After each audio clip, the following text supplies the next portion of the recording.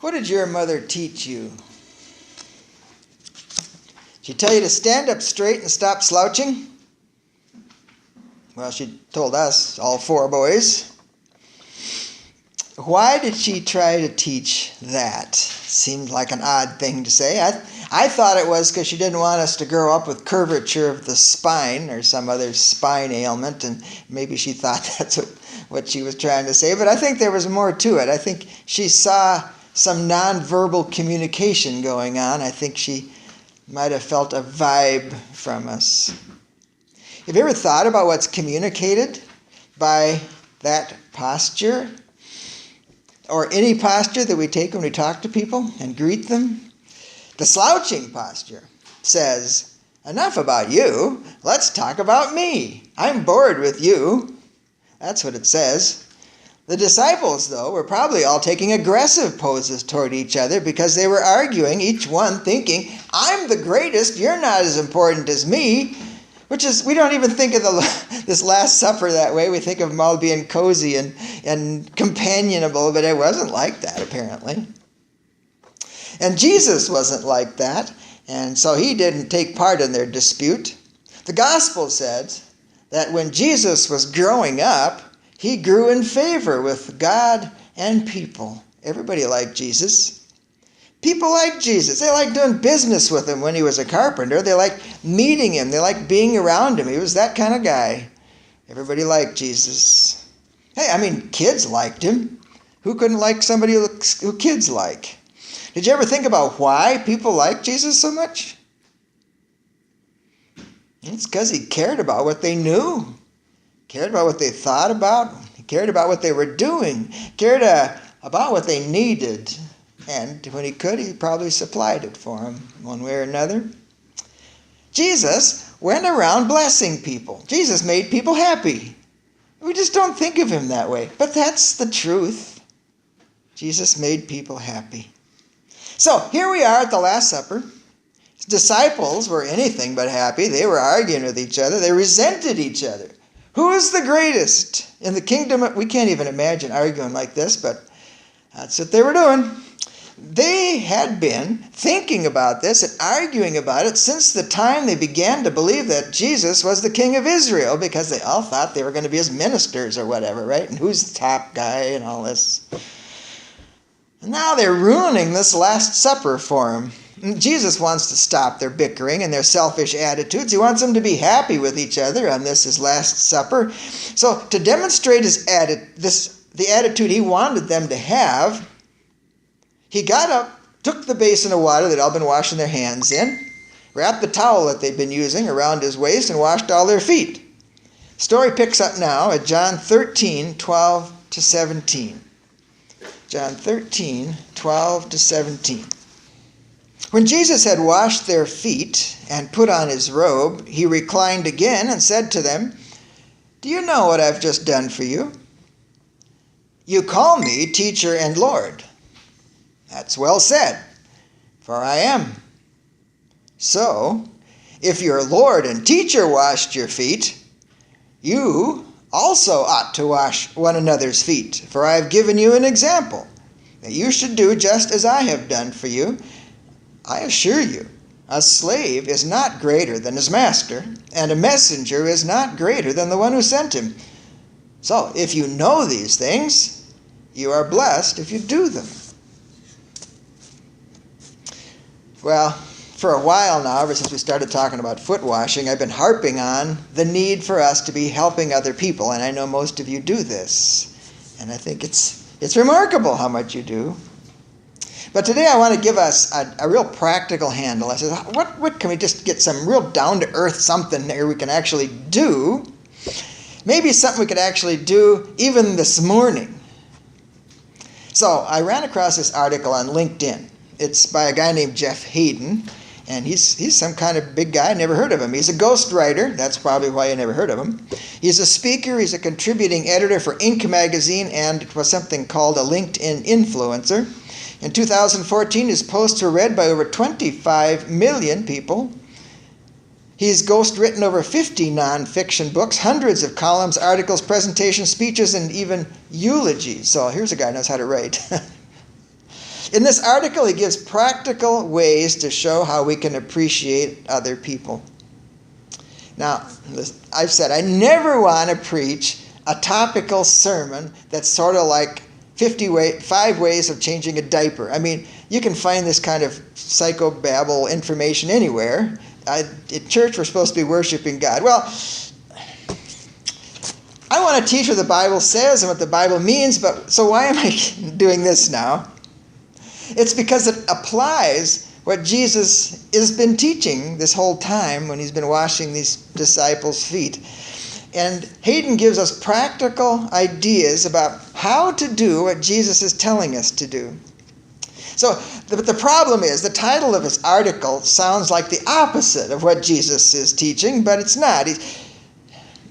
Basically, Hayden is telling us how to bless other people, but he's couching it in words that makes people want to read it. So he says, 7 skills of extraordinarily likable people. In other words, how to get people to like you. And so he's kind of flipped it on its head, but he's really talking about how you can bless other people. I mean, our moms wanted people to like us, right? So this will help. And I adapted Hayden's article for us. I think Mom would be proud. So the bottom line on this, thank you, Richard. The bottom line on this article is that to be likable, you really need to let others know that you like them. That's why Jesus says, if you know these things, you'll be blessed if you do them. If you and the people you interact with enjoy one another's company, you're going to bless each other, right? And that's what Jesus meant. If you do this, you'll be blessed. He's not talking about being blessed in heaven or something spiritual. He's talking about your disciples. You'll be happy together if you do this. So, but yeah, I just said that's not at all what the disciples were doing. They weren't blessing each other. Jesus wanted them to be happy together, to support each other, to not tear down each other like they're doing. In the same way, Jesus wants us to have happy relationships with each other and with other people. So this article gives us some tips on how to do that when you meet people, particularly meeting people and having conversations like that. So we're going to click through his points. First, lose the power pose. Do you know what that is? Power pose is kind of a hipster talk.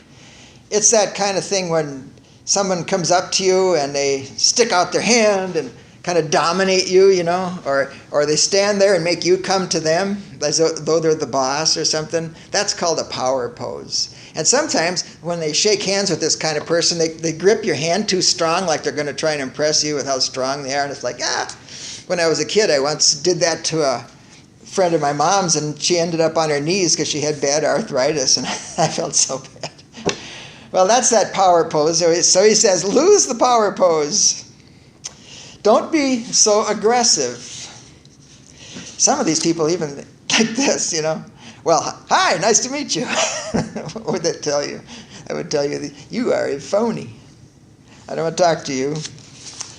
Well, there's some situations where that pose shows some confidence. Maybe if you're doing a job interview or something, you want to show this kind of confidence. But if you overdo that way of meeting people, what it really says to them is, I'm more important than you are. And nobody's going to like you. And you're not going to bless them with that kind of pose. What it does is it humiliates the person that you're talking to, that you're greeting. It makes them, resent you from the outset if you come across so aggressively and with this power pose thing. Regardless of what you think about President Clinton's politics or morality, he really does like people. And you can see it when he greets Nelson Mandela. They show great respect and personal warmth toward each other. Now watch what they do when they greet each other and their wives. Clinton takes a step forward so Mandela doesn't have to come to him. Mandela steps forward with a smile, bends slightly forward as if ever so slightly to bow. Clinton does the same thing. The result is 2 important people who've put aside all sense of self-importance or status, and they look genuine, like they really are glad to see each other.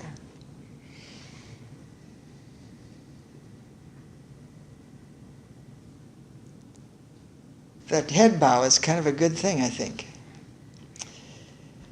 So, to make the other person feel welcome, the next time you meet someone, relax, first of all. Step forward, tilt your head slightly. Smile, show that you're the one who is glad to be here and honored by their introduction to them.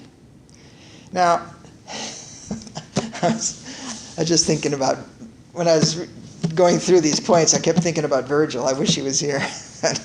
But maybe it's true of you guys too. This whole nodding your head and all, and I'm going to tell you to touch your arms and stuff, and it's kind of like, in Minnesota, are you kidding me? It might feel really phony. Well, do it really subtly like Mandela did. You can hardly tell he was doing it, but he did. Just mean it anyway. Because we all like people who like us. If I show I'm genuinely happy to meet you, you're not going to hate me, right? You're going to like me. You're going to instantly start to like me. And I'll like you too, and so we will be blessed by each other with that kind of greeting, this friendly one. Well, if you thought that was phony, look at this one. He says, embrace the power of touch. Now, I'm not really crazy about his use of this word embrace right here. Embrace, it kind of gives me the willies when I think about, again, I'm thinking about Virgil. Can you imagine him? That's not with his buddies. It's not going to happen. How about that, Jay? How would that work with your buddies? Well, here's what Hayden says about it. Touch breaks down natural barriers and decreases the real and perceived distance between people. Go easy, he says. Pat the other person lightly on the arm or shoulder. You saw how Clinton actually put his hand on, both hands on him. Maybe that's a bit much. You have to be discerning about the people you know and the culture you come from here in Minnesota. Make it casual and non-threatening, he says, so you have to kind of discern this. I know I do this, particularly if I like someone. I don't know if you've noticed it. I touch your arm. This is something you got to kind of visualize. Now, let's say you got this friend standing right up here, and you come up behind him, and as you're going by him, you touch him lightly on the shoulder. And what does that say to your friend? It says, "Hi, I like you." It's like a greeting. You don't have time to talk, but you just kind of lightly touch him. And I do that one, but it has to be a pretty good friend, I think, to do that one. But it does tell him that there's some genuine greeting going on. It's a very friendly thing. Sometimes with coworkers, this is a good thing to do, or volunteers. To me, it feels like a tactile smile. And you just walk past someone, and it's like a howdy, a tactile howdy. I kind of do this instinctually, and what I mean is it says I care about you, and I hope it doesn't feel intrusive when I do this. And, the thing about touch is it's so powerful. It's really powerful, and we have to be careful how we use it. One comment after reading this article, there's a bunch of comments after it, and one of the commenters apparently was in Asia, and they said, in Asia, you don't touch anybody for any reason. And so this article had nothing to do with this culture, and I thought, well, in Minnesota, rural Minnesota, it's kind of like that too. You got to be really careful about this one. Like I wrote my comment and says, up in rural Minnesota, we don't even look at each other. The guys all stand parallel to each other and look at the horizon while they're talking, And so if you look at each other, it's kind of off-putting. But so we have to be careful, and particularly, I'm not even going to get started on the men touching women and the women touching men thing, because that's even more fussy. But if you know each other real well, pat in the hand, it's not going to hurt, and it's going to feel like a howdy. All right. Well, we can embrace, we call it a hug, right? A greeting hug, and we do that a lot. Go ahead if it seems appropriate. You don't have to go all Richard Simmons about it. We're trying to bless each other, not offend each other. So, the next one is a lot safer. It's touching with words alone. He calls it use social jujitsu. Now, I experienced this. When I was in seminary, there were these family therapy students, and they always made me feel so good when they would greet them and when I'd meet them. I thought they really liked me, and they were really approachable, and I really liked them. And what I found out is that they are just really natural at this jujitsu thing. They learned all kinds of things about me. I never learned anything about them. They were really good at that. They knew how to make me feel appreciated. That's their gift. That's why they were in family therapy, I think. My way of conversation has been more like what Hayden describes here. You meet someone, you talk for 15 minutes, you walk away thinking, wow, we just had a great conversation, she's awesome. And then when you think about it later, you realize you didn't learn a thing about the other person. Ever happen to you? Do you do that? That's me. I do it all the time. And I realize it's wrong. In every conversation, I seem to try to relate everything to myself. You may have noticed that. Well, that needs to change. But how do you change that? All you know is what happens with yourself, right? Well, here's what he says. You ask great questions instead of making statements. Well, that's a skill in itself. In fact, Dick Peterson gave me a book, How Jesus Asked Questions. I read a little bit out of it. It's a good book. Here's what Hayden advises. He says, social jujitsu is easy. Just ask the right questions. Well, that doesn't sound easy to me. So he says, stay open-ended and allow room for description and introspection. As soon as you learn a little bit about the other person, ask how they did it, or maybe why they did it, or what they liked about it, or what they learned. How, why, what? Or maybe what you should do if you're in a similar situation. Sounds like what I learned that every news writer needs to ask. Remember those questions? Who, how, let's see. Who, what, when, where, why. And I like to add how. The problem with this one, of course, is if you get too much going with this, you sound like you're an interrogator, and then you're kind of off-putting, and they don't want to answer your questions. So you have to be authentic with these questions. But put in your mind, ask questions, don't make statements. It's hard to remember. Asking questions is a great skill in itself. Okay, the truth is everybody's interesting. You just have to find out what's interesting about them. And that's your goal. Okay, Hayden gives us the reason this works. He says, nobody gets too much recognition. Asking the right questions says that you respect that person and you respect their opinion.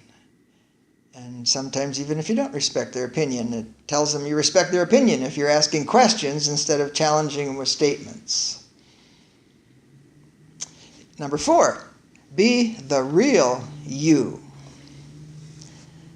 And that's the other thing that's so hard. I'm an actor, and it's so easy to pretend you're likable. When I started going to college, out of high school, and I decided, okay, I'm an introvert. When I go to college, I'm going to be an extrovert. And so I worked really hard to be an extrovert, and it was exhausting. But I got to know some people, and well, it's really easier than that. You don't have to act. You just have to acknowledge that everybody is better than you at something, and you just have to find out what they're better at and pump them up about it and find out and learn something from it. You're not competing with the other person. You want to like them. That's the point. You want to appreciate what they're good at and appreciate them. And here's the ticket. You're not there to impress them.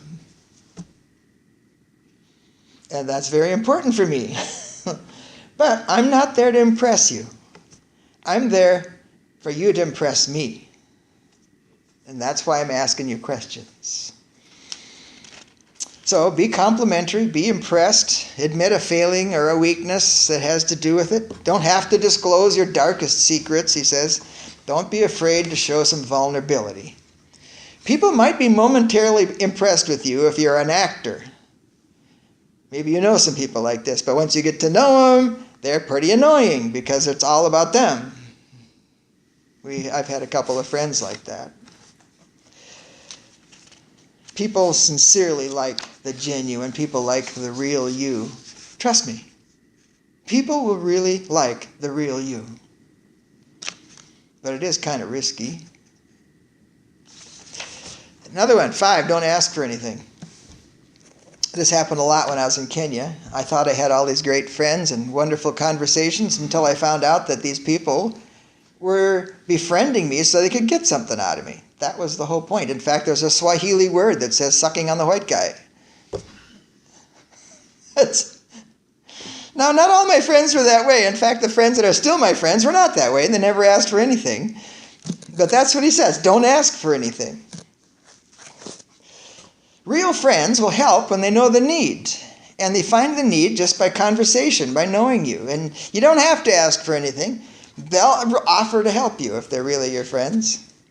The problem is when we ask for something, the relationship changes. It stops being a friendship and starts being a business transaction. You don't want to go that way. Like Solomon said, the borrower is slave to the lender. You don't want that friendship to become a transactional thing. Hayden says, if you have to ask for something, figure out a way to help the other person first, and then maybe you can ask for something. But it's this kind of mutual thing. I would add to this, don't keep score. This is a big problem, I think.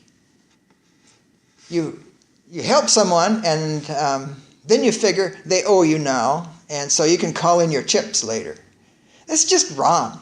That's not a friendship. That's a transactional relationship. Don't think you're going to call in your chips. Like somebody has you over for dinner, so you feel like you have to have them over for dinner. That's not the way it's supposed to work. You get together because you like to be together. And 6, leave the conversation genuinely. You know how we normally end a conversation? Bye, nice to meet you. Real formal, kind of standard, and it's safe and usually accompanied by our best public smiley face. Nice to meet you. And nobody means it. Not really. Even if we're glad to meet the other person, we just say that to end the conversation. Sometimes in Minnesota, it takes a half hour to say glad, nice to meet you. Bye, nice to meet you. But instead, we should try this and be real subtle about it again, he says. And now, again, we have to adapt this from Minnesota. He says, shake hands again. Use your free hand to gently touch the other person's forearm and say something like, I'm really glad I met you. Or, I really enjoyed talking with you. And smile, he says, but not that insincere salesperson smile. Just really smile, like you really do enjoy this person's company. A deacon in Kenya once said, and it stuck with me, he says, in Africa, people should not be like cars. People should touch. And that's the whole point in shaking hands and slightly touching somebody's forearm when you're saying goodbye. It just has this friendly feel to it. But again, in Minnesota, do it real carefully. You don't have to know who you're talking about. I saw President Clinton doing this again this week on TV. He was saying goodbye to someone, and he shook hands and then just kind of dragged his hand over their forearm. And it was this real friendly looking goodbye he did. That's what I'm talking about. Hayden stresses we should have genuine affection and not just be fakey or practiced. Now this touch thing, as I said, can get uncomfortable real quickly. We're here trying to bless people, not embarrass them.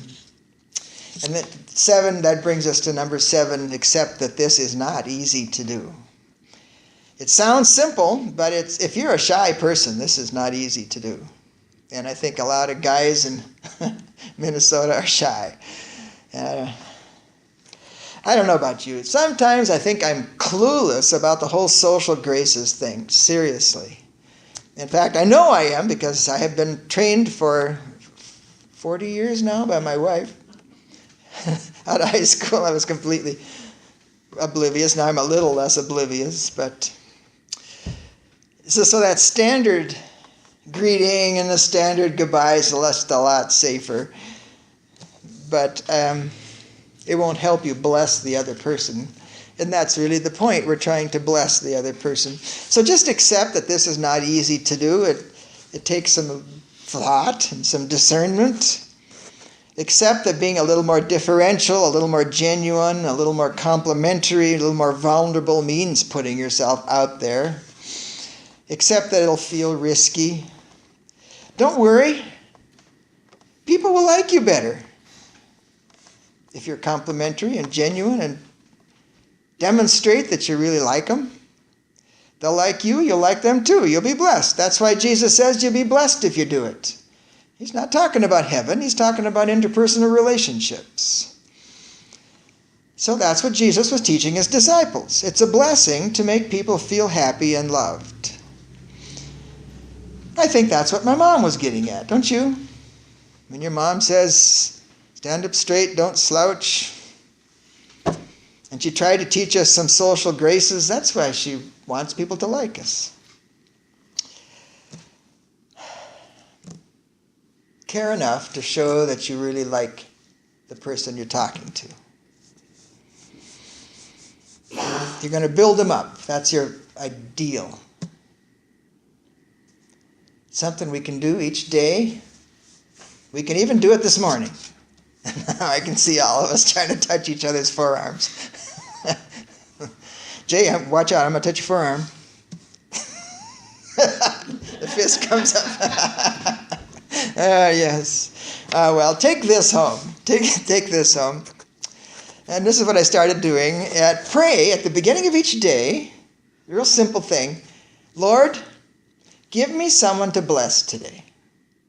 Give me someone to make happy somehow today. Even if it's a little thing. And then look for the opportunity to do that. It's that simple. It's like your mom, right? So simple, so human, so godly. You want to bless people. Make them happy. Like Jesus. That's what he did. Amen.